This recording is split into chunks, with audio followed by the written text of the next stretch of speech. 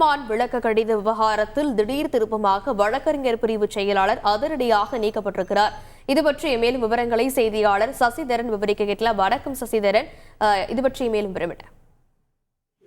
திருச்சி சம்பந்தமாக சீமான் ஏற்கனவே விளக்கம் கடிதம் அளித்திருப்பதாக நேற்று ஒரு தகவல் வெளியாகியது. அதன் அடிப்படையில நாம் தமிழர் கட்சியின் வழக்கறிஞர் பாசறை சார்பில் அவர்களுக்கு விளக்கம் அளிக்கப்பட்டிருப்பதாகவும் தகவல் வெளியானது.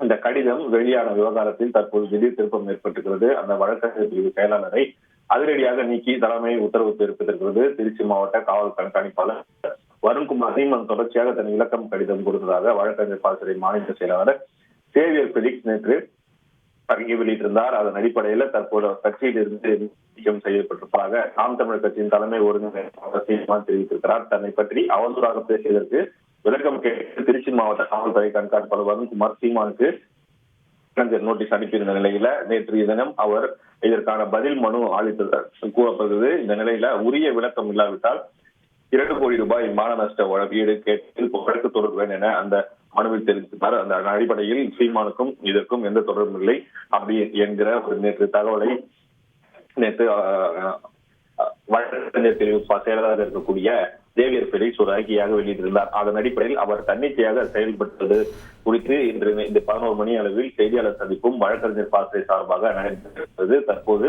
அவர் கட்சியிலிருந்து நீக்கம் செய்யப்பட்டிருக்கிறார். வேறு ஒருவர் அதற்கு நியமிக்க வாய்ப்பு இருப்பதாக தெரிய வருகிறது. விரிவான விவரங்களுக்கு நன்றி சசிதரன். செய்திகளை உடனுக்குடன் தெரிந்து கொள்ள உடனே சப்ஸ்கிரைப் பண்ணுங்க.